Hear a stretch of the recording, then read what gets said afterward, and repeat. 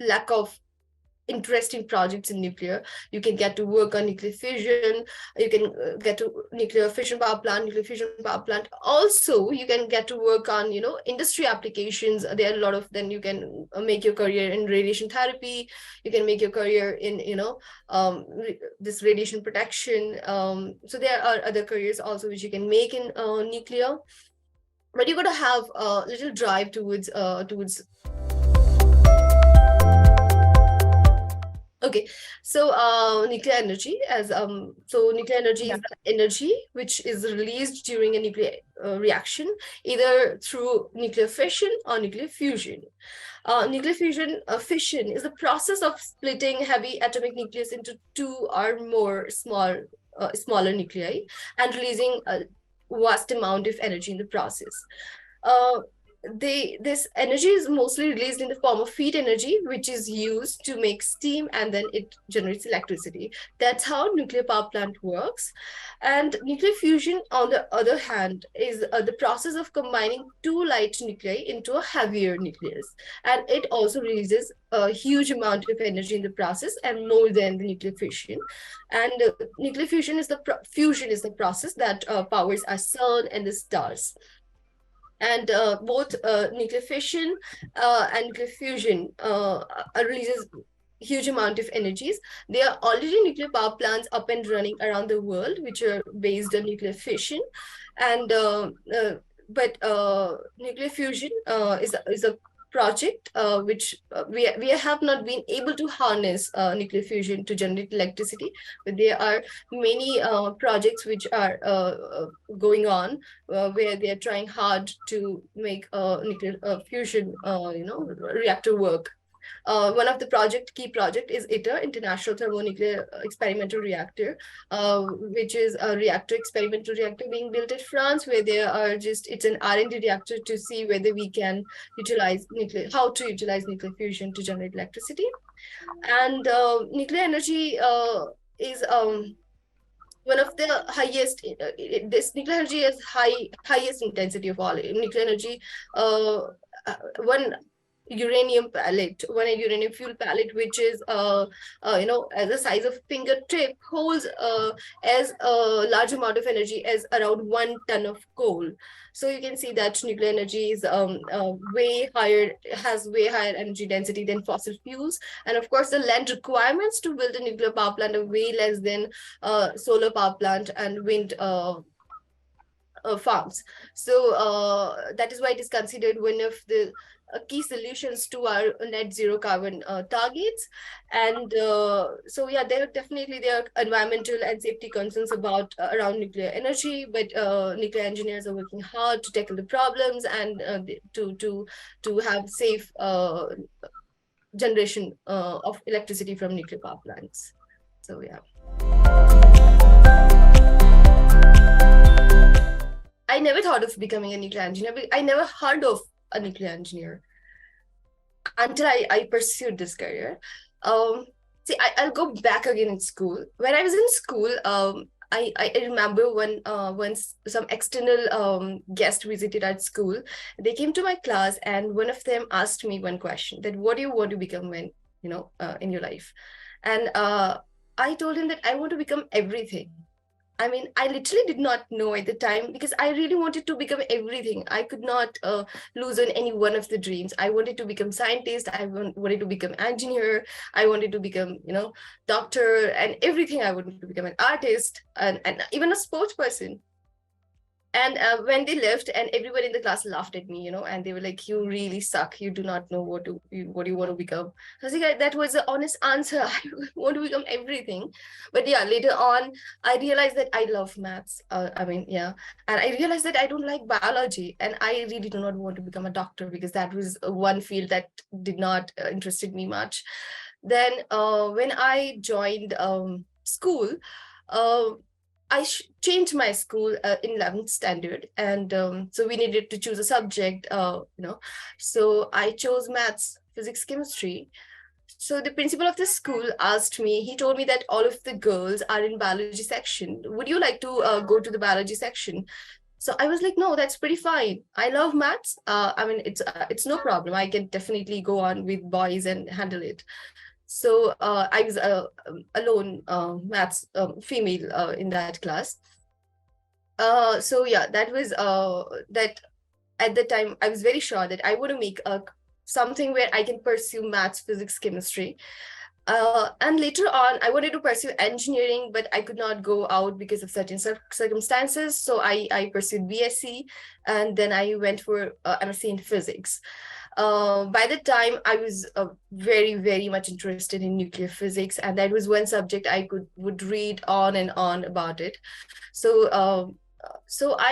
but I'm a person who is into more into implementing things, technical aspect of it, R&D aspect of it. So I did not want to go for PhD because I knew that that would touch upon like one small narrow subject. I wanted to touch upon the large subject. I wanted to touch upon something where I can make an impact, quickly after learning. And one thing I always knew that I want to solve this pollution issue. I want to see my area clean. And so I was at the time in Rajasthan, in Bharatpur, and I could struggle with pollution sometimes. And I wish that okay, it's more green, it's more clean. I never liked polythenes on the road. I wanted to solve all the problems, but I knew that I did not have solutions to those problems at that time. So I knew that, yeah, I want to do something about the energy. I want that all energy should not come from fossil fuels. It should come from something else. By the time I did not know that, about this thing, that nuclear power plants, nobody knew it. Nobody in my context, neither professor, nobody told me about it. It just my interest in nuclear physics and my passion, to do something in clean energy sector.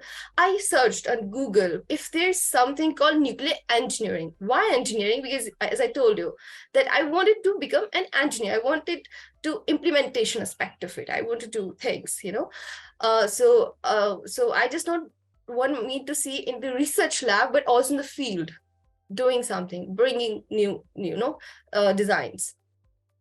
So yeah, so that I searched that if there's something called nuclear engineering. I had no idea till then. And the luck was on my side that, just after I searching about it, a few days later, a big page in Times of India come about, it was all about nuclear engineering, how to make a career in nuclear engineering. And I showed it to my parents. See, this is what I was talking about. See, this is very interesting. The university I went to, it was not listed there. So then I searched about it. So just few days later, this university ad came into, which is strange because the university is in Gujarat and I was in Rajasthan. And in Rajasthan Patrika, this university ad was there, School of Nuclear Energy, Pandit Dindayal Petroleum University. So I was like, okay, I want to go there.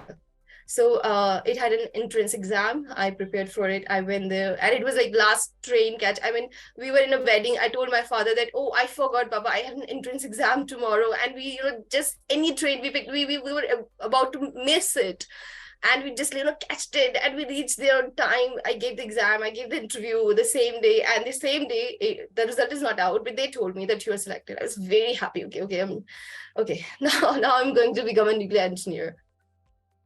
So yeah, and then I am glad that I chose that university because I got a huge international exposure over there. It was a wonderful course they made up, and I was like, we were taught by all the prominent professors. They were from nuclear power plants. They were working in research laboratories, Bhabha Atomic Research Center, and we had also visiting lecturers from USA, from Texas A&M universities and other universities.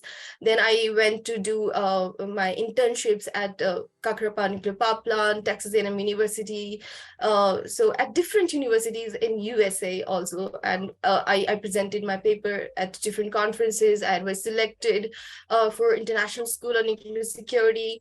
So yeah, so that's pretty much it. So it was like, again, once I decided that I want to make a career in nuclear engineering, it was the fate was on my side, and I could just it was never planned. Nobody knew. I mean, until now, I only tell them about that. Okay, see, something this exists. And yeah, so I've been fortunate enough that I landed at the right place at the right time. So yeah, that's pretty much it. But now I really want people to be aware about it, because it's a very interesting field where you can impact. If you want to do something about clean energy, then definitely it's a field you should go to.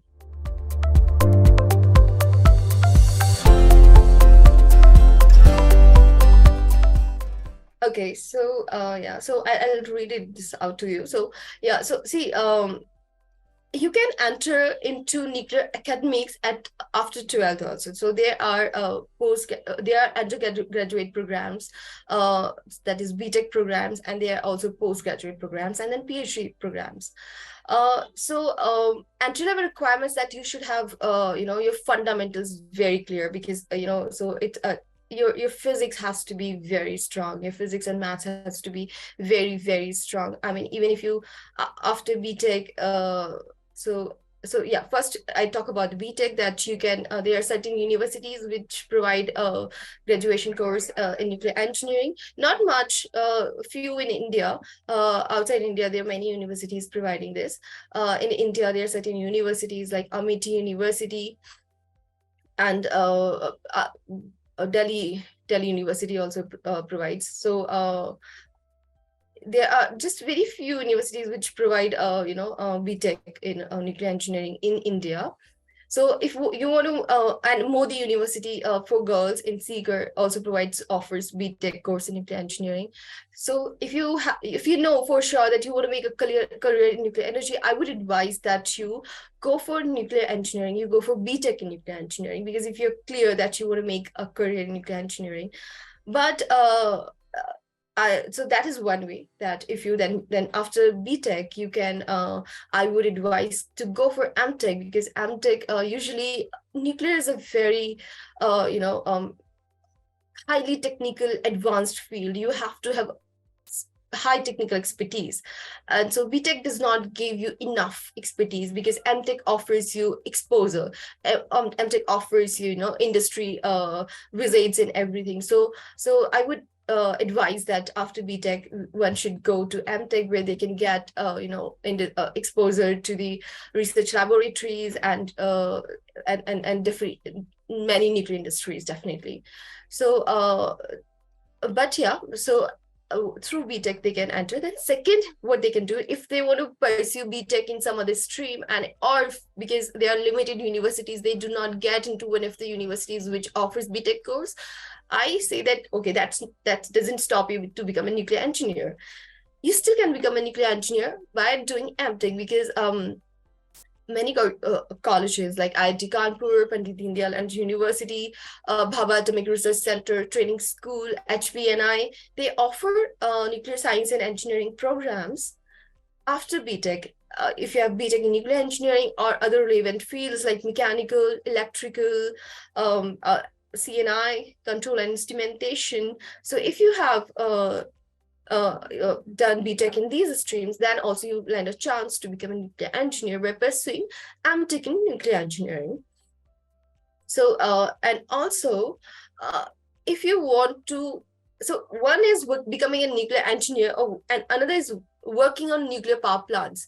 So if you want to work on a nuclear power plant, then you can go there, becoming a civil engineer, electrical engineer, mechanical engineer, CNI, because it's a multidisciplinary field. So it takes a range of engineers. So you can be any engineer, still you can land a job at nuclear power plant.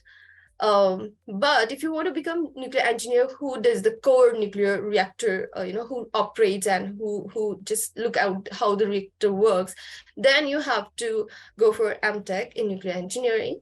And also, because as I told you again, it's a very research oriented, and it's a very technical expertise is required. A PhD is also recommended, that you do PhD from India or outside India, in USA, UK, Europe offers great PhD programs, which always helps, because these universities have direct collaboration with the technical leaders in the nuclear sector. So therefore you work on the real the technical real nuclear projects. So, and there where you can, after doing PhD, you directly go to that project, you land a job over there. So yeah, that's how, through BTech, through, if not BTech, then of course through MTech, and then further on PhD also. I mean, one can do PhD in nuclear engineering after BTech also. I mean, that is also possible. They can go to abroad, they can do MS plus PhD programs, and yeah, that's all. So there are many ways to become a nuclear engineer. Not just from the entry level, also like after BTech, you can become a nuclear engineer.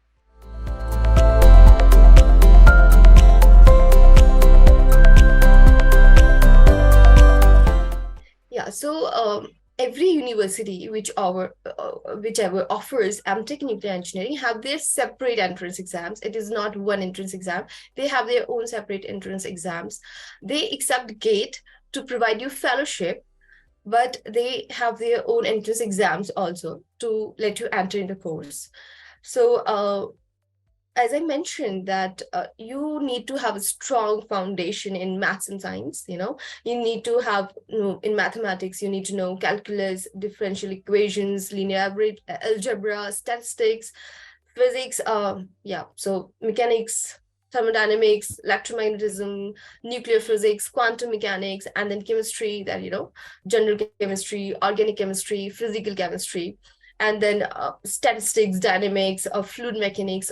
So yeah, every in whatever chapters you have in physics textbook, everything comes in handy. You need to have strong fundamental knowledge to clear those exams, and these are not easy exams actually. I know people who tried in my university thrice to get into the taking nuclear, and they couldn't get in. So yeah, so you need to prepare, one need to prepare these things, and also different universities offer different programs, and their exams, their exam pattern may not be same. One have some may go for the optional those papers, and some may go for the very detailed exams. So it varies. It depends on what kind of, if you're applying for universities in USA or UK, Europe, then you'll have to write, your statement of purpose. It's very lengthy, and you need to have a good, they have their English test exams, so you have to have good scores in those exams. For Europe, it's like IELTS, and GRE for US. So you, along with your technical foundations, your English has to be good if you want to do nuclear engineering from universities in abroad.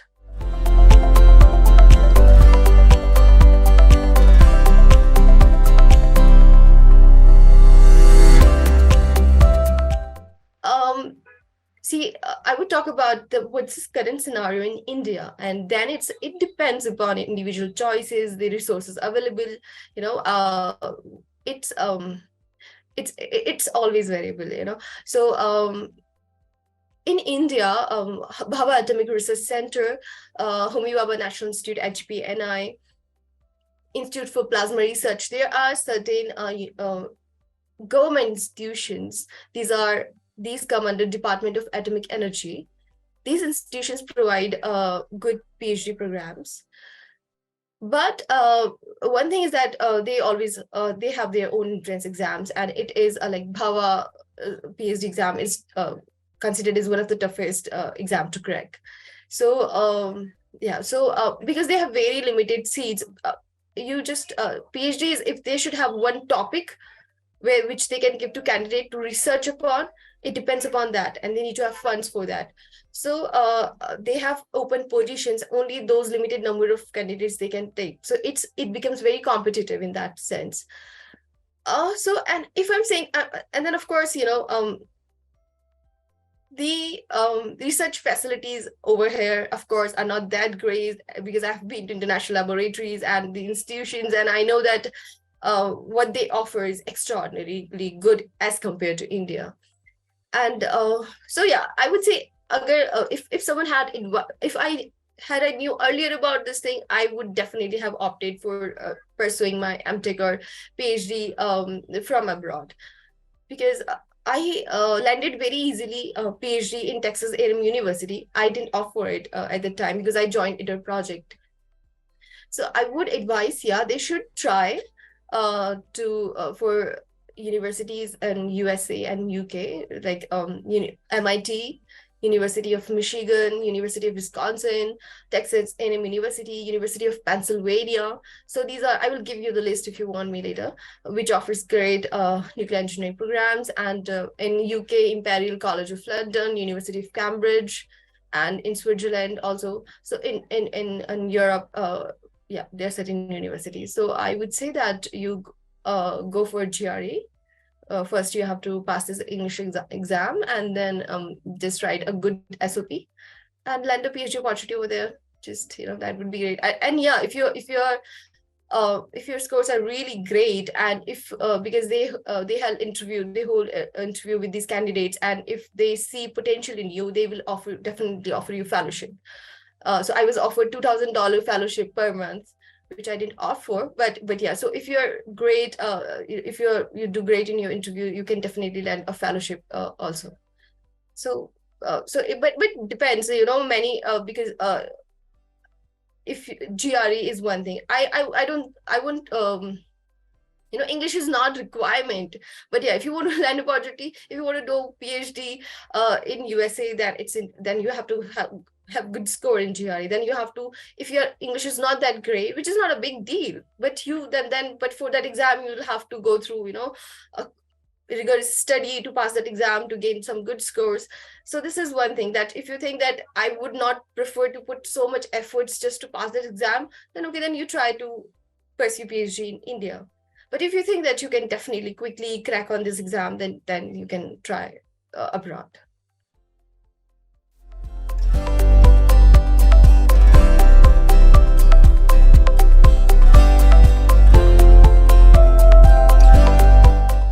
It depends upon your whole background, that how your background have you been doing nuclear engineering from BTech, MTech, or you just you did BTech in some other stream like electrical engineering, and then you did MTech in nuclear engineering.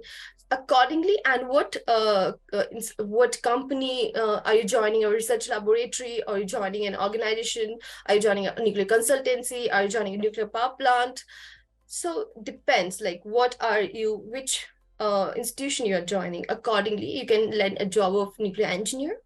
For example, at NPCIL, then these who are nuclear engineer, they are responsible for designing, deploying, and nuclear reactors, developing nuclear power systems. Second, you can become nuclear scientist if you have done PhD in nuclear physics. Then, if you're already working in a research laboratory, then you can become a nuclear scientist. I am a scientist because after MTech, and I've been a physicist. I'm a scientist, a physicist, and also an engineer, which is I'm definitely I lived my dream, my bachpan ka dream, that I wanted to become all. So I've been pretty much doing all jobs, like entrepreneur, engineer, scientist, and so physicist, which is yeah. All right, so a scientist does R&D activities in the field of nuclear science and technologies in the laboratories, like Oak Ridge National Laboratory here at India Institute for Plasma Research, Bhabha Atomic Research Centers. So these are called nuclear scientists. And then you can become radiation protection specialist, which is also I am. So they are responsible for monitoring and minimizing the exposure of radiation in nuclear power plants and other nuclear facilities. Then you can become a nuclear safety engineer, which is also I am. I mean, yeah, now I'm realizing that, okay, I've done all these roles in these many years. So they ensure, it's a very, very critical role. You have to ensure, the safety of nuclear power plant, and you have to design safety programs and write all the documents which are required to keep a nuclear reactor safe running. And they need to design the safety regulations, which all are supposed to comply with for the safe operations of nuclear power plants. Then you can become nuclear waste management specialist also. They are responsible for handling and disposing of nuclear waste in a safe and efficient manner. Then you can become also nuclear operations engineer. Nuclear operations engineers look on the day-to-day operations of a nuclear power plant, which is also pretty intense. And then you can lend you can go to there are that for example, electronic scientist, if I'm going into electronics divisions, then for a core nuclear engineer, there are many core, these are sub things, which you would not understand now. I do neutronics, that's why I'm a neutronic scientist. Neutronics is like how neutrons which comes out of the reaction transport through the reactor, so we simulate that. So that is so these are called neutronic scientists. So yeah, and nuclear instrumentation engineer. So if you have done BTech in instrumentation and then you have done nuclear engineering, so then definitely you have a good chance to become a nuclear instrumentation engineer. So yeah, they can opt for some of these job roles after doing engineering.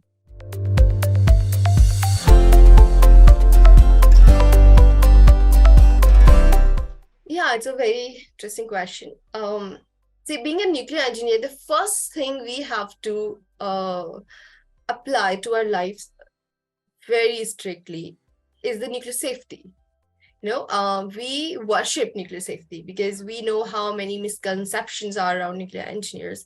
So this safety thing we have imbibed in our own lives also, that whatever we do, we make sure that it has to be checked as many times as possible, just to avoid any negative implications. So I'd say that my day-to-day activities are not same. They're different. Like they're very different. That's one thing. There's dynamism in this field. So they are like, it depends. If you ask me, then it will be different. If you ask someone else, it would be different. For example, if a nuclear reactor operator, he has to go to the control room every day and do the whole same operations every day. But whatever he is doing is so critical. You have no idea. If he gets something wrong, that can create a very catastrophic event. So he has to be very, very careful, no matter how bad fight he had with his wife or with his girlfriend or with his boyfriend, with a boyfriend. I mean, you have to forget all about that. You just cannot carry that at your workplace. No, there's no place, because if you do that, you will get distracted, and that is not acceptable at all. It's not acceptable at all in the nuclear power plants. So you have to be very aware of that. Whatever personal problems you have, that just keep it at the home, and whenever you're going to work, you should be very focused on that. Because if you play around the data, so I play a lot around the nuclear data. I am here a nuclear safety engineer. Also, I'm a radiation shielding engineer and electronic scientist. So I do a lot of different things, many projects at one time, but I have to make sure that I am not mixing up things. I'm writing nuclear safety cases, which is like, if we make any change, even any very simple change, that I'm changing the brake, I'll have to write a length of document about it. And why is it required? Is the change hampering the safety of the power plant? So it is all about that. I have to think very carefully. Am I missing out something? Is it going to be safe or not? Is it hampering any kind of the operation of the nuclear power plant, day-to-day operation? Then if I'm a task lead engineer for a project, I write about it. If I'm a verifier, then my job is that someone has produced this document, and I have to check that whether it's correct or not. I have to go through everything. If it involves calculations, then I have to redo the calculations, and then check it at that, which is very intense. Second, I'm a radiation shielding engineer. So what we do is that we have big setups, like we have big supercomputers.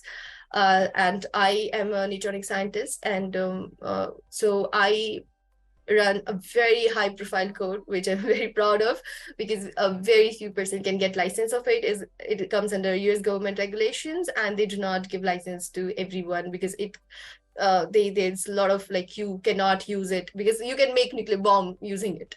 So it's like very high profile. So you have to undergo a 6 months long background check to get that license. So I run that code, and what I'm doing is that currently the project, like, there are reactors under construction or under planning. So there are those reactors, we do the code calculations for it, that how should be the code designed, whether whatever the design is, it's meeting what we are planned to do that.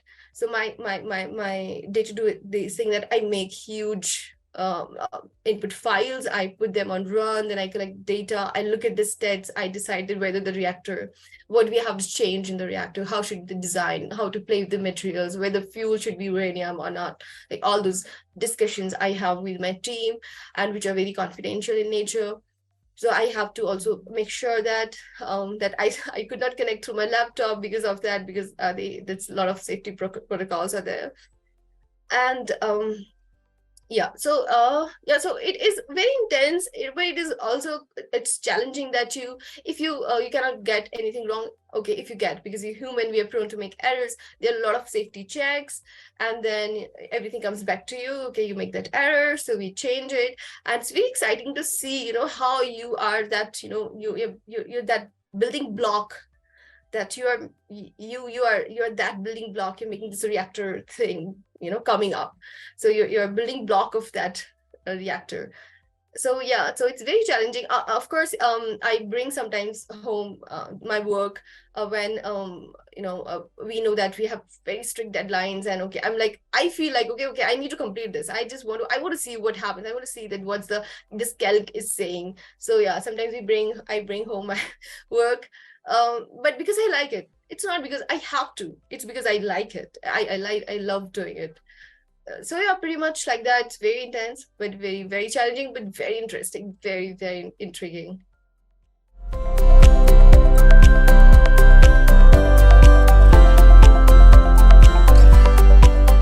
Definitely, many are there. See, as I told you, safety is one thing that we have to take care of. If I'm entering a nuclear power plant, I have to go through at least 4 security checks, why? Because there are a lot of other things involved. Nuclear security is involved, that if I want to if I'm a terrorist, I have those things in my mind. So if I am having a plan to just explore this nuclear power plant, I know that if I do that, it will impact the whole city. It should not happen, so we cannot take any chance. I know that there's no one with that mind will coming to my organization. I know that there will be like very rare chances that someone will come with this mind that I want to explore this nuclear power plant, but we cannot take risks. Even if it's happening in 10 to the power 6 years, there's still a chance. So the day to day, we have to go through multiple checks, every day, the same check. Then one day you will think, why every day? I mean, they don't know me or what? Why? They should have faith in me that I am not doing any harm to the organization. I'm working for the organization. But no, you're not supposed to trust anyone in nuclear power plants. You are supposed to go through the multiple checks every time. So we practice safety by heart. That's how, if you go to, then we of course other thing is that confidentiality, that we have to be very confidential about because I'm a core nuclear engineer. It can be different from for other nuclear engineer. So we have the data, how reactor works. We know about it, so we have to be confidential about those kind of data which cannot go out. Yeah, that thing. And then there's no, I know that many people have misconception about working around nuclear power plants, that there would be radiations and all. No, we work very hard to make sure that radiation level is at the background level at the nuclear power plants. Not even the closest people are the control engineer who look at the core of the reactors they work. That zone comes under zone 4. Before that, there are 3 zones, and the radioactivity is controlled over there. It's a controlled radioactivity. It does not come out of to zone 4. And even then they were personal protective equipments. You cannot go just like that. You have to wear that white suit and your shoe and everything. You'll have to, and then you dump it after the use. You just do not reuse it. So that kind of thing, that we just do not ignore safety. We cannot ignore safety, and whoever is required wears dosimeter to check that how much is the dose. If they are going to the core, only those, because those who are not going, they are not going to be exposed to nuclear radiations. So yeah, these things. we need to practice it. This is rest is same as other industries, but this thing makes nuclear very different from other industries, that we have a lot around nuclear safety, security, and safeguards, which makes nuclear engineer's life very different from other engineers' life.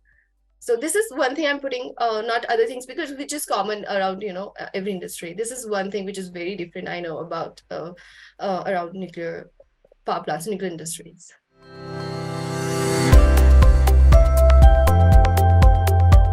We have, we have that nuclear energy is not safe.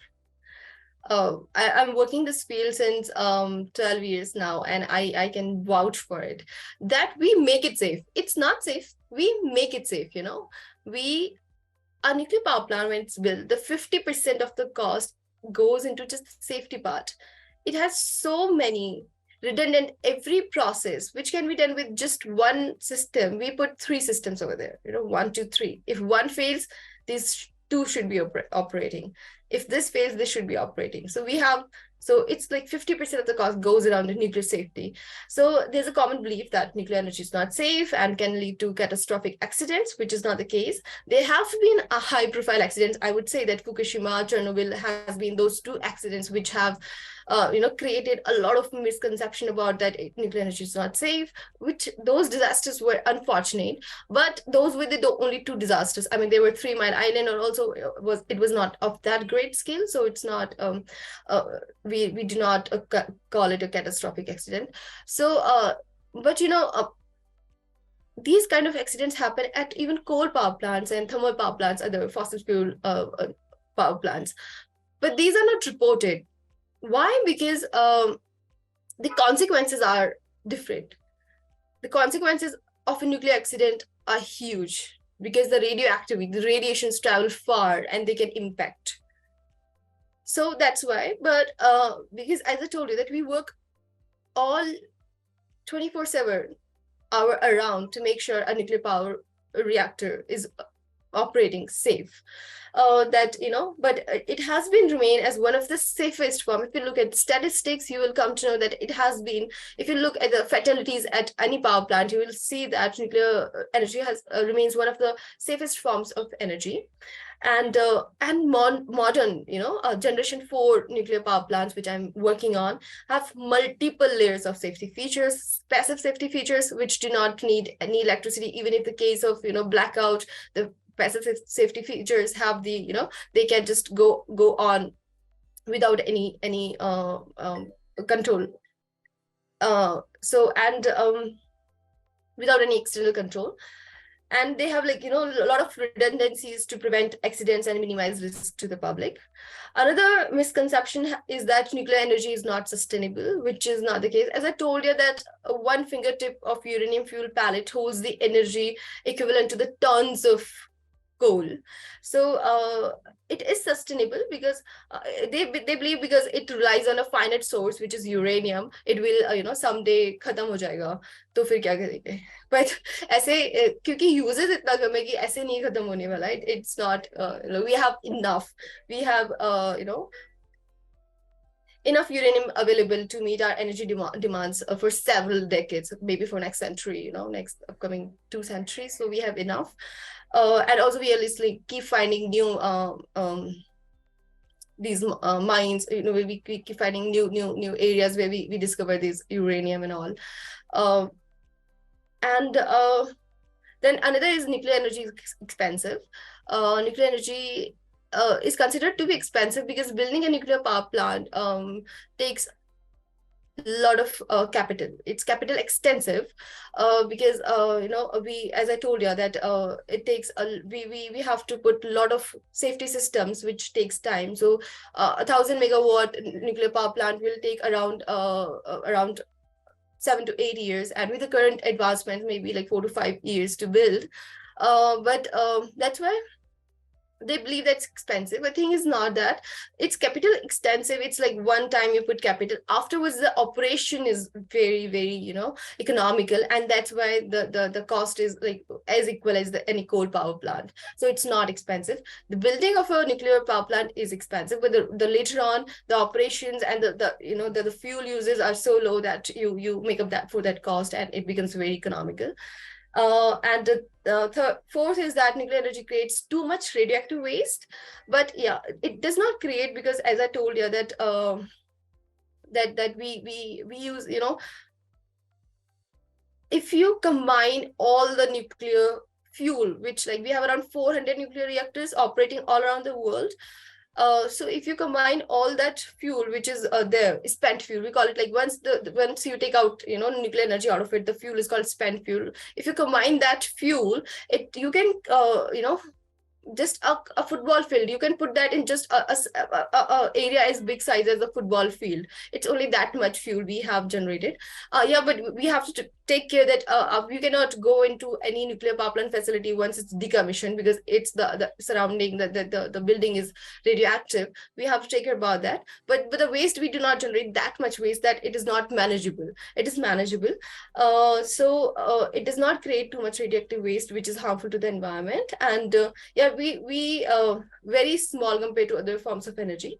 And definitely we're looking into places to safely deposit it for always. Like, so we store it at the facility for now, but we are looking into the solution where we can deposit the waste and just forget about it for millions of years.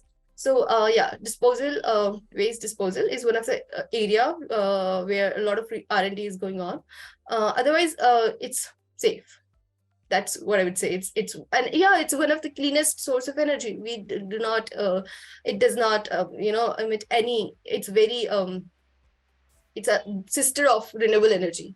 Nuclear energy, sister. They cannot. It's like brother sisters. They have to go together to meet the net zero targets. They cannot go alone. Both complement each other. So yeah, it's one of the cleanest source of energy.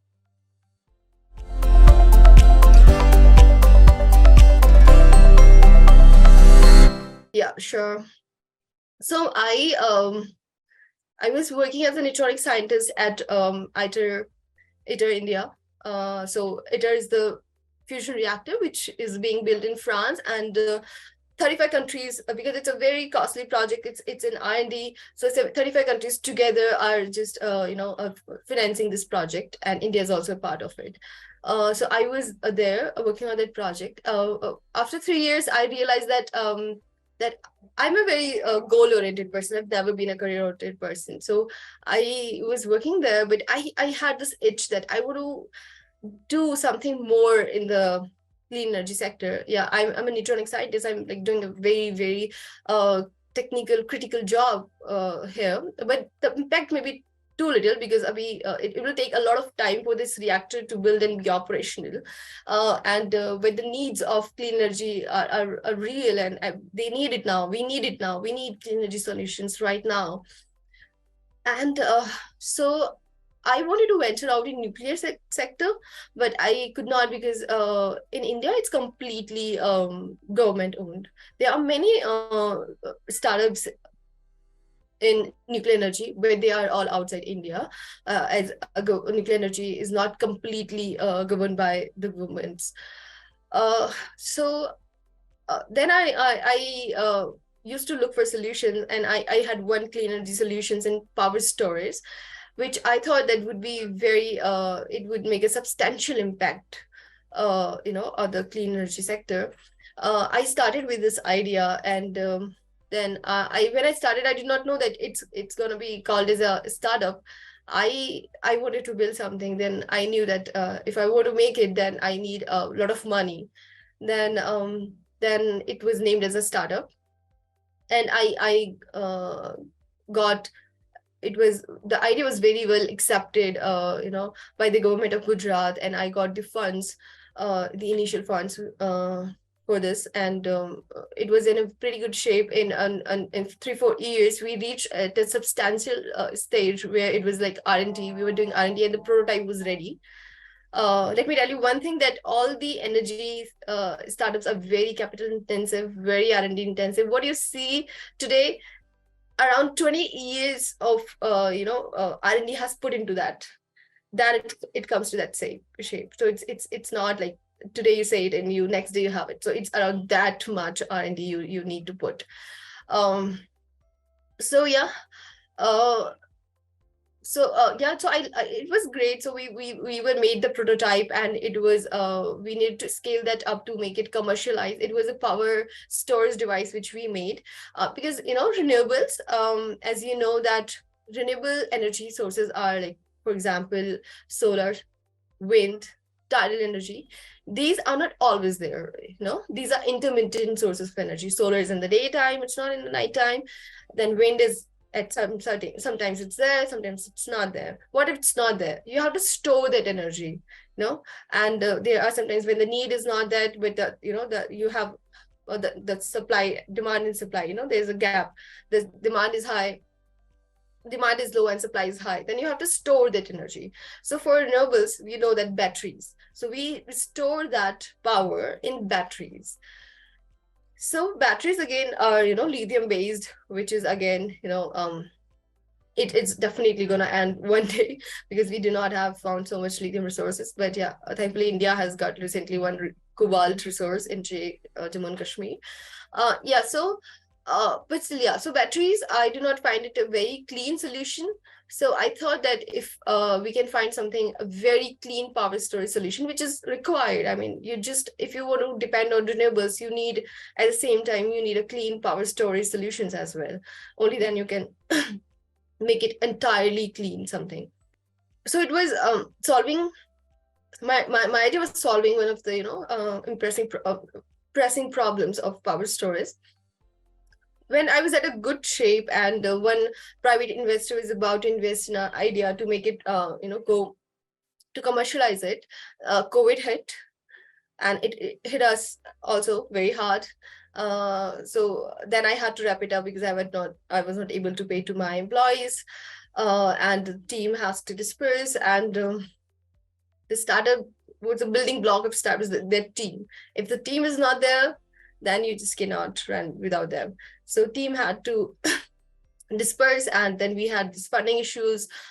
So I thought that I should wrap it up. And before I thought of wrapping it up, I got another opportunity. I got an offer from this company. So I thought, okay, it's a good time to move on for now. But it's not the end, definitely not the end. It's just that I am preparing myself once again for that thing. And maybe in future, I will restart working on it.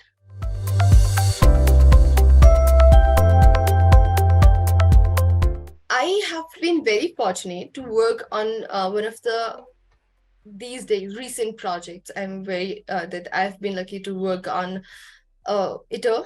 ITER is one of the recent projects, and it's multinational project. We just want to harness fusion for electricity. It's very challenging, so much technical complexity around it, and it's very great to see, how so many people from so many countries are just, putting their mind just to make it work. I've been fortunate enough to land very recently an opportunity, and another startup in France. They have offered me for the neutronic scientist position, Renasa Fusion. So yeah, if I go there, then that would be another project. So again, that is also a startup. There are a lot of startups in fusion and fission outside India. So yeah, I want to work. So I have, as I mentioned, that I have because it's been a long time. So I have played many crucial roles which are required for a power plant, which is nuclear safety engineer, security engineer, radiation protection specialist, nuclear scientist, and but now I want to put, I want to work on these recent reactors, which are called small modular reactors. So I have not been I work with a team which works with small modular reactors, but I'm not directly involved. So yeah, this is my the one thing which I definitely am willing to work with is small modular reactors, because these reactors are quick to build. You can make in factory, and they're like, you can make 250 megawatt nuclear reactor in a factory. Just put it on a truck and just land it wherever you want it to put, and just in very small area you have this 250 megawatt power plant. So you just easy installation and quick fix. So this is one very, very interesting and very a great solution to our dire clean energy needs. So I would definitely, I wanted to start this venture in India, but as I told you that we cannot do so because of government regulations. So I want to become part of one outside India, maybe.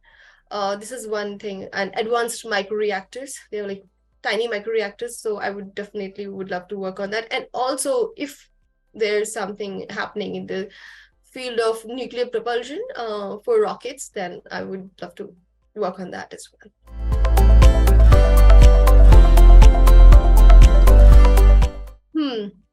So I'd say if you want to earn money, please don't become a nuclear engineer, because there's a lot of hard work and sometimes you feel like you're not getting paid that much. Yeah? You afford all that, it's not much. But yeah, if you want to get nuclear field, it's international field. You do not work alone. Our nuclear reactors, first they were brought from Canada. The new reactors are Russian. Then we have now US reactors.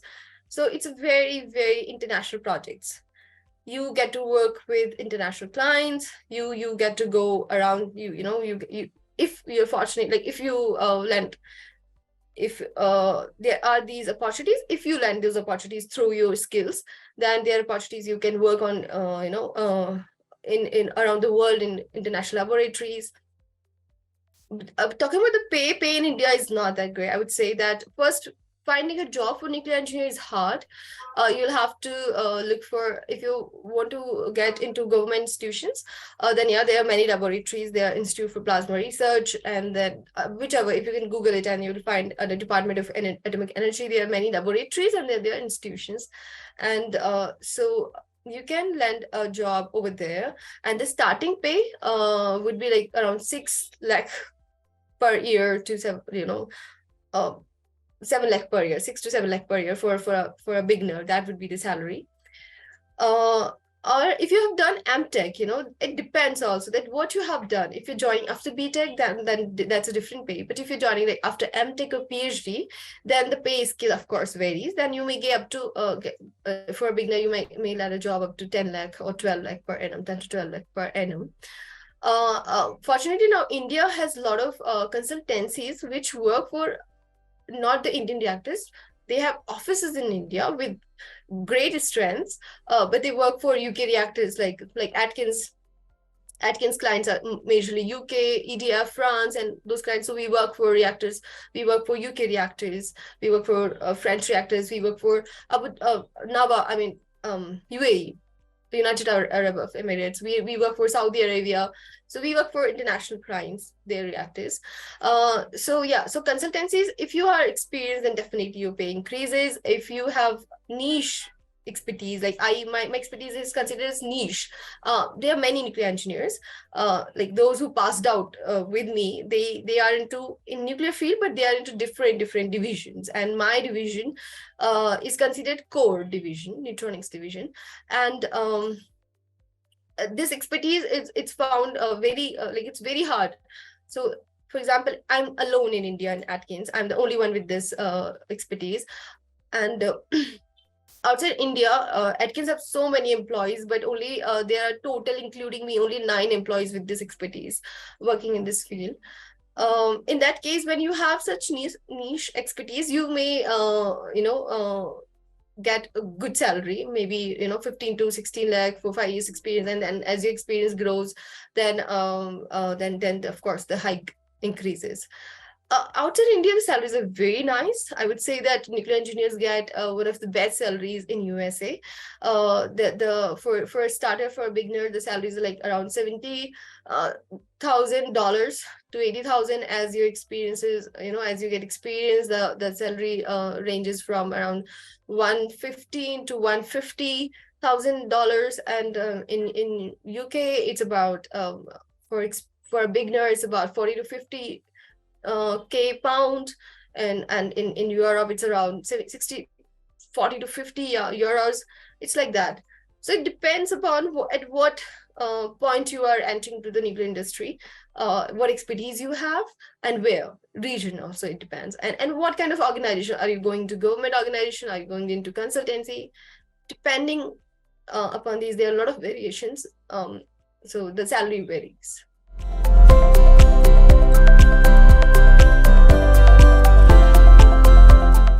Yeah. See, I think I won't be able to best judge it, because we see a current government see a great drive. I can see that they are interested in nuclear energy. It's always up to government whether they are willing to take nuclear in the energy mix or not. But I see that there are many nuclear power plants, upcoming nuclear power plants in India, so we have a great future that way. But we have there are a lot of government regulations and roadblocks. One power plant which was supposed to be built in 2012, it's not, I mean, it's not even yet started. So there are delays. I mean, there are 20-year delays in the projects which are planned. I mean, so you'll see on paper that the planning is so good. It's a paper you see and you say, okay, future is great. I mean, we have so many reactors lined up, and I'll definitely land a job at one of these reactors. But these are, why there's so much government regulations, because as I told you, like, for example, we were setting up a nuclear reactor at Meteor in Gujarat, but the local people had these misconceptions about that nuclear energy, it's not safe, and they would not let that, these organizations which call themselves like, environmental organizations, they do not know about nuclear, and they just go on like that, and they just stopped it being built there. So they had to shift the project to some other location. Then finding a land is another, it's very challenging. And then these government regulations and all. And then we are giving this project to external vendor, for example, Westinghouse and then Areva. These are the nuclear industries which design nuclear reactors. In India, NPCL design, but NPCL has, of course, limited capacity. They cannot design all reactors at one time. So we look for external vendors because their designs are greater than ours. So those, then picking one vendor, then that takes a lot of time. And then building, then fuel, we do not have the fuel which those reactors require. Then we have to import the fuel from other countries. Then we have to have those policies in place. So a lot of policies come into picture here. And so if these are all set, then if the project is up and running, then definitely, then if you look at the current reports, then there are many nuclear power plants are gonna come to India. They're in the planning phase, many in the construction phase. So then they will need nuclear engineers to run it. So in that case, I see a great opportunity. Another one thing is that many consultancies which offer nuclear safety solutions, like one Atkins, which provide not just safety, nuclear construction, nuclear build, nuclear safety, nuclear engineering, all kind of solutions they provide to the clients. These are building their offices in India. There are many such, Capgemini, Atkins, Jacobs, and so many. They have their offices, and India, they're just growing in sizes because Indian engineers work like anything. So yeah, so I would see that I see only these offices will grow. They're gonna, as I can see, Atkins, they just hiring like anything. They want people because they're getting projects in India. And they know that how we just Indians, we put so much efforts in the project. So so the private sector is also building strong in nuclear sector in India. So yeah, so I hopefully they'll, after doing this nuclear engineering course, they won't have to struggle. They'll find a job. As I told you, that nuclear engineering is an international subject, and so I'm currently working for UK reactors being in India. I initially, when I became a nuclear engineer, I had this thing that I want to work for India. I want to utilize my skills, but for India. But I was not very right about it. You just, you can work on advanced reactor technologies anywhere that will ultimately come to India. They'll buy it. So, so, so you can anywhere you go. So if you'll get great opportunities outside India if you have skills. I mean, they really look for skills, and uh, if you have those skills, if you have done your engineering course very nicely, then it is very easy for you to land a job outside India. It's a very international field. You will get really great opportunities in USA, Europe, UK. So yeah.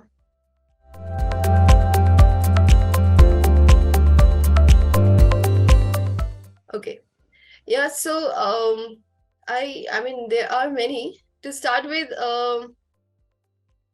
I first went to US in 2013 for my internship over there. And I went to different locations for different things. I went to Sandy National Laboratory for internship. I went to Texas A&M University for a workshop as well as internship. I went to California for a paper presentation and to attend a conference. So in conference we get to meet these, all the leading industries over there.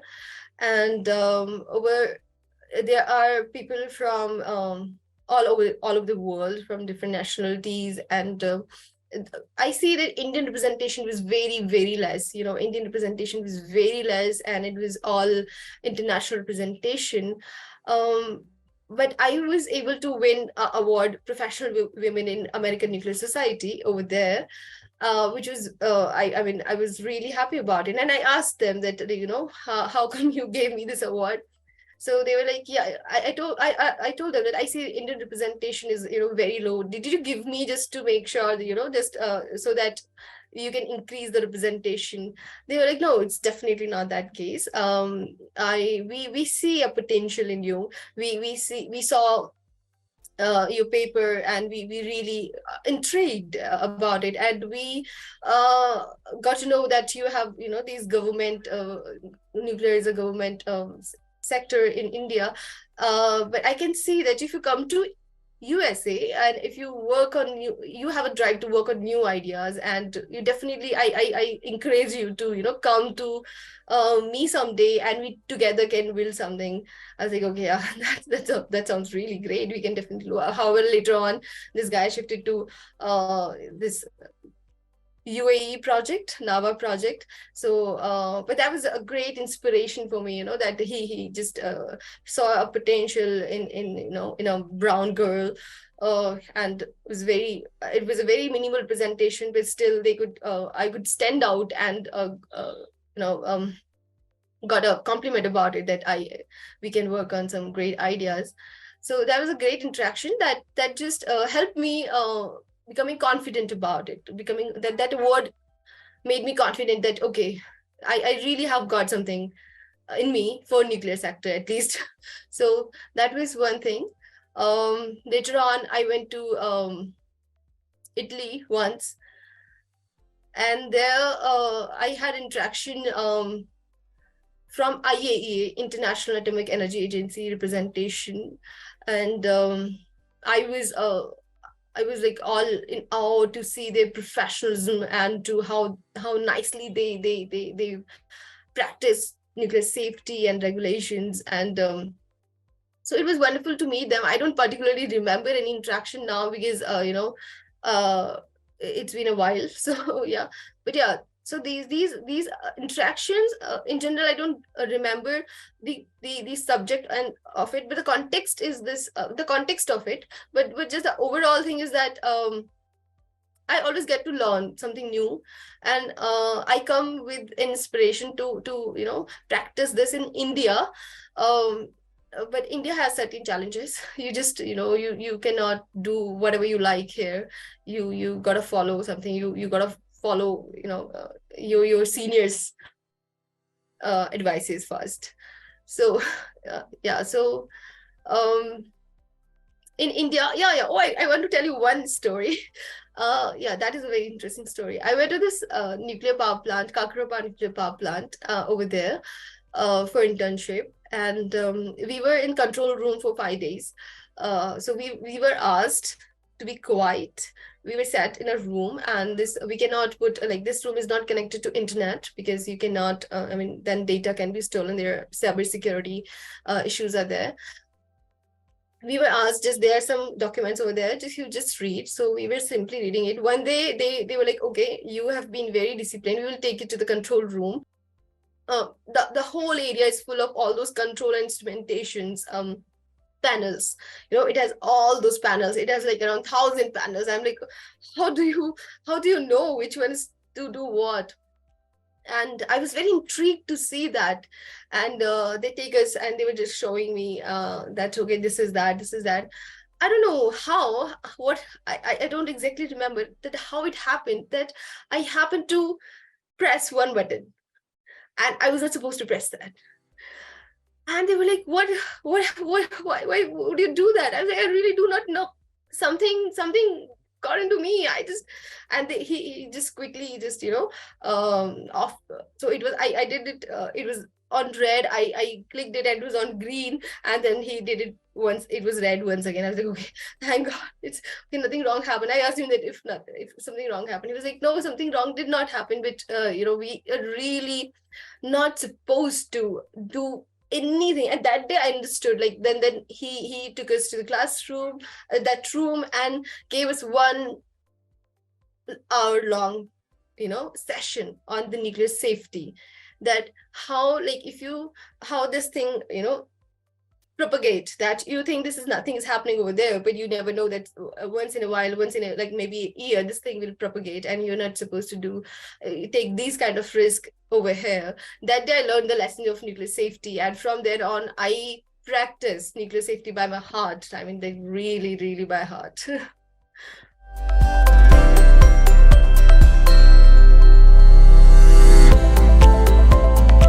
Yeah. Yeah, advice. So first of all, that passion is very important. I advise that if you really have passion to serve in the nuclear industry, then please go for it, because it may become challenging, and then if you do not have the passion, you may find it very rigorous, that you won't enjoy it that much, maybe. But if you are the one who likes to take challenges on hand, and if you're the one that who wants to solve the engineering problems, that really solve the engineering problems, and where you know that the impact of it would be very high if you solve something, and if you are into highly technical, if you want to go to a highly technical advanced field, nuclear is one of those. Nuclear is really one of those highly advanced, technical advanced field. And there is no lack of interesting projects in nuclear. You can get to work on nuclear fission, you can get to nuclear fission power plant, also you can get to work on industry applications. There are a lot of, then you can make your career in radiation therapy, you can make your career in this radiation protection. So there are other careers also which you can make in nuclear.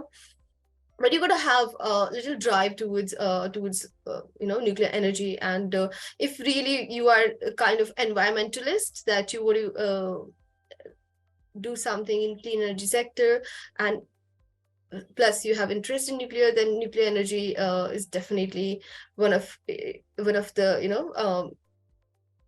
best field to go to. And if I'd say that there are, of course, there are fields like solar, solar energy, and the fields like wind energy, solar energy opportunities. There are also great opportunities over there, but the challenge are not there. The challenge, it is like, it's a very mundane. You will find a mundane thing, kind of thing. You are not having that challenge.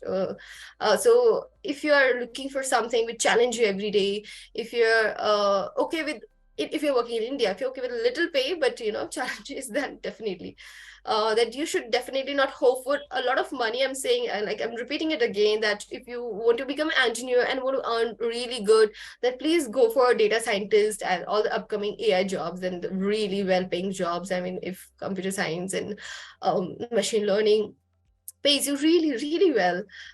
But I'm telling you that In my class there were only five, I mean including me, we were five, and all they made their career in nuclear, but it's not as core as mine. It's mine is core because I'm also a physicist. uh and wherever I go, I'm the only nuclear engineer and they love listening to my stories. I mean, they have whenever I go on a trip, I go on anything. I mean, in the bus, I'm the only, there would be many data scientists, there would be many IT people, and there would be only one nuclear engineer. And at the time, you realize, okay, you are something special. You're really special. I mean, they'd love to know about the field, the work we are doing. And, one of the most technical, complex and advanced projects are nuclear projects. You can make your career, I forgot to mention about, you can make career in NASA. Those also, they also recruit nuclear engineers. So over there also you have an opportunity to work on projects like that. So I have visited NASA, and they have great opportunities for nuclear engineers also. So yeah, so if you're looking for very technical, advanced, futuristic problems, then please join nuclear. Thank you so much. That was wonderful having you here with us.